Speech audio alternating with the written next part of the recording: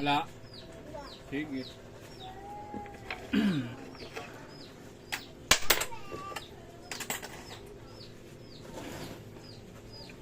Ayan, meron tayong binili na soldering piece sa online mga pops. Ito.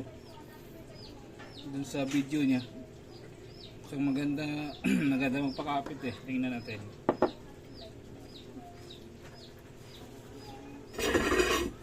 Ito meron tayong ano sample ng wire.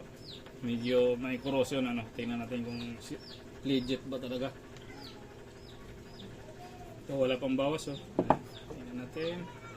Saw lang daw. Tapos hinang. Kita ba? Tingnan natin.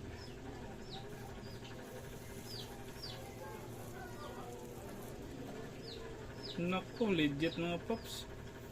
Oh, talagang ano. Kapit na kapit. Oh. Ganda ng pagkadikit. Legit. Panalo. Ito 100 to eh. 100 yung presyo. Mausok. Kaya ganun. 100 yung presyo niya. No? Legit. Maganda. Ito. Matagal-tagal maubos to. Ang ganda ng pagkadikit. Oh. Ayos.